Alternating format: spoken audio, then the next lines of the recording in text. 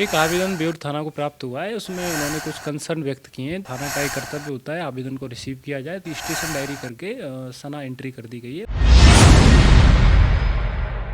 लालू के बड़े लाल तेज प्रताप यादव ने अपने ही पार्टी के पूर्व राष्ट्रीय प्रवक्ता संतोष रेणु यादव पर जान का खतरा बताया और इसको लेकर सचिवालय थाने में एफआईआर दर्ज कराया। और वहीं पूर्व राष्ट्रीय प्रवक्ता संतोष रेणु यादव ने भी तेज प्रताप यादव से खुद को जान का खतरा बताया और पटना के बेउर थाने में शिकायत दर्ज कराई। इन तमाम मुद्दों पे बात करने के लिए हमारे साथ west SP Bhanu Pratap sir हैं। सर, जो पूरा प्रकरण है तेज प्रताप यादव और उन्हीं की पार्टी के पूर्व राष्ट्रीय प्रवक्ता संतोष रेणु यादव ने बेउर थाने में आवेदन दिया है, जान का खतरा बताया है तेज प्रताप से।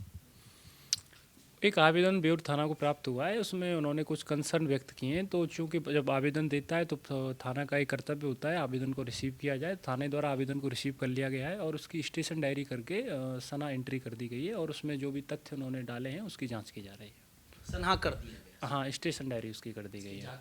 हाँ, जाँच उसकी की जा। प्रताप ने भी आवेदन दिया है सचिवालय? नहीं, ये हमारे जुरिडिक्शन में हमें प्राप्त नहीं हुआ। ये पश्चिमी क्षेत्र के अंतर्गत तो नहीं है, हो सकता है सेंट्रल में दिया उनके द्वारा दिया गया। बेउर में दिया गया उसका जांच चलेगा? हाँ, वो बेउर में दिया गया है, स्टेशन डायरी करके उसकी जांच चल। सीधे तौर पे भानु प्रताप सर थे, उन्होंने साफ कहा कि इसको लेके संतोष रेणु यादव ने आवेदन दिया है, मामले की जांच चल रही है और तमाम जो भी प्रक्रिया होती है उस तहत पटना पुलिस काम कर रही है। जैसे हमको एक सूचना मिला कि हमारे ऊपर तेज प्रताप यादव जी, जो कि जनशक्ति जनता दल के राष्ट्रीय अध्यक्ष हैं, उन्होंने एक एफआईआर दर्ज कराया है सचिवालय थाने में। और मामला उसमें है कि शायद जैसा उनके द्वारा कहा जा रहा है कि मैं उनको शायद धमकी दे दिया। तो धमकी मैंने कहाँ दिया भाई? धमकी मैं आपके घर पे आकर के दे दिया या धमकी मैंने फ़ोन पे दे दिया? आखिर कहाँ धमकी दिया? आपको अतिरिक्त सुरक्षा चाहिए तो ये कौन सा बहाना है, नया प्रोपेगेंडा आप खड़ा कर रहे हैं? आप हमें बुला करके अपने पार्टी में राष्ट्रीय प्रवक्ता बनाते हैं तो मैं पार्टी की बात रखूंगा ना, मैं पार्टी को डिफेंड करूंगा ना। आपकी गलत गतिविधियों को मैं डिफेंड नहीं कर सकता। आप जब चुनाव हार गए उसके बाद आपने TV9 भारतवर्ष के एक पत्रकार थे, उनको आपने कैमरा और माइक साइड में रखवा करके 2 मिनट की मुलाकात करने का धमकी दिया। तो ये तो गलत बात है, मैं तो इसका विरोध करूंगा। मैंने विरोध किया भी।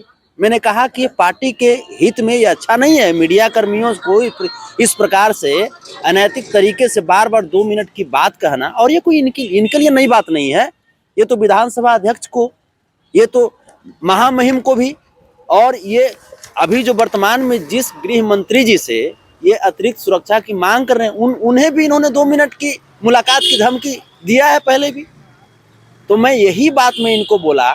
दूसरी बात ये थी कि ये लगातार किसी भी तरीके से कार्यकर्ताओं को, जो कार्यकर्ता जो मुखर होकर के अपनी बात रखता था, जो इनके लिए लगातार लड़ता था, उसको ये धोखे से अपने बुलाते थे आवास में और उसके साथ मारपीट करते थे। जैसा कि आप जानते होंगे, सुजीत यादव, अनिल यादव, रामराज यादव, KD यादव, या अभी वर्तमान में जो महुआ वाले जो अविनाश यादव हैं, उन्होंने भी आरोप लगाए हैं कि उनके साथ मारपीट इन्होंने किया। और शायद उनके कथनानुसार शायद इन्होंने उनका न्यूड वीडियो बनाया। तो ये तो गलत बात है। मैंने इस मामले की गंभीरता को देखते हुए, चूंकि हम एक पदाधिकारी थे पार्टी में, मैंने इनसे स्पष्टीकरण मांगा कि चूंकि मीडिया में मुझे बोलना होता है, मुझे जाना होता है, तो आप पार्टी को स्पष्टीकरण दीजिए कि आपके खिलाफ जो आरोप हैं ये कहाँ तक सही है। फिर इन्होंने कहा मुझे कि जा करके मीडिया में बोल दीजिए कि वो लड़का गलत है। तो हम ऐसे कैसे बोल सकते हैं भाई? हम एक रिस्पॉन्सिबल पद पे हैं तो हम ऐसे नहीं बोल सकते ना। और आपकी बार बार की गतिविधि है, आप इधर करते हैं कार्यकर्ताओं को पीटते हैं और आपके भाई साहब नेताओं को पीटते हैं राजनीतिक तौर तरीके से। नहीं, इनके जो भाई साहब हैं तेजस्वी यादव जी, वो क्या करते हैं, कभी रामकृपाल यादव को बिना किसी मतलब के अपमानित करते हुए पार्टी से बाहर कर देते हैं, तो कभी प्रोफेसर नवल किशोर यादव जी को बगैर शो कॉज किए हुए पार्टी से बाहर कर देते हैं, जो कभी हनुमान कहे जाते थे लोग, तो कभी राजवल्लभ यादव जी को उनकी जो राजनीतिक जो रसूख है, जो विरासत है, उसको मिट्टी पलीत करने के लिए धरातल पर उतर जाते हैं। कभी पप्पू यादव जी के खिलाफ क्या क्या ये करने लगते हैं। तो आपसे समाज नहीं है, समाज से आप हैं। और आप सोचेंगे कि आप अपने पॉलिटिकल रसूख का, अपने राजतंत्र को समाज पे स्थापित करें, लोकतंत्र पे स्थापित करें, तो हम लोग तो बर्दाश्त नहीं कर सकते। आप हमारे खिलाफ जो इतना प्रोपेगेंडा रचे, हमारी पॉलिटिकली लोकप्रियता को देखते हुए, हमारी जो समाज के द्वारा जो मुझे दुलार सम्मान मिल रहा है उसे देखते हुए, कद को बढ़ते हुए आप जल रहे हैं। आप हमें ये बताइए कि क्या आशुतोष कुमार जी के भाई का शोक संवेदना व्यक्त करना इतना गुनाह हो गया मेरे लिए? मैंने आशुतोष कुमार जी जो भूमिहार ब्राह्मण एकता मंच के नेता हैं, मैंने उनके भाई के निधन के पश्चात मैंने शोक संवेदना व्यक्त किया, उसको लेकर के ये हमको बोलते हैं कि भाजपा से मिले हुए हो। आप बताइए, मैं मानवता को कहाँ खत्म कर दूं? मैं राजनीतिक रूप से उनका विरोध कर सकता हूँ, वैचारिक रूप से कर सकता हूँ। हमने थाने में दिया कि ये जो लगातार मेरे पे आरोप लगा रहे हैं, ये कहीं ना कहीं हमें जान से खतरा महसूस हो रहा है। अब इनसे मुझे जान को मेरी खतरा है, मेरा परिवार पूरा सदमा में है, ये मेरी कभी भी हत्या करवा सकते हैं। ये लोग हर तरह के गतिविधि के लोगों के साथ में रहते हैं। ये अपने समर्थकों, ये तेज प्रताप यादव जी, ये अपने समर्थकों के बीच मुझे विलन बनाना चाह रहे हैं, मेरी छवि को धूमिल करना चाह रहे हैं। मैं लगातार अपने समाज की लड़ाई में लड़ता हूं, अपने समाज के संघर्षों में शामिल होता हूं। इनके पास वायु श्रेणी का सुरक्षा है, फिर भी मैं निहत्था आदमी, मैं इनको जान मारने की धमकी दे दिया।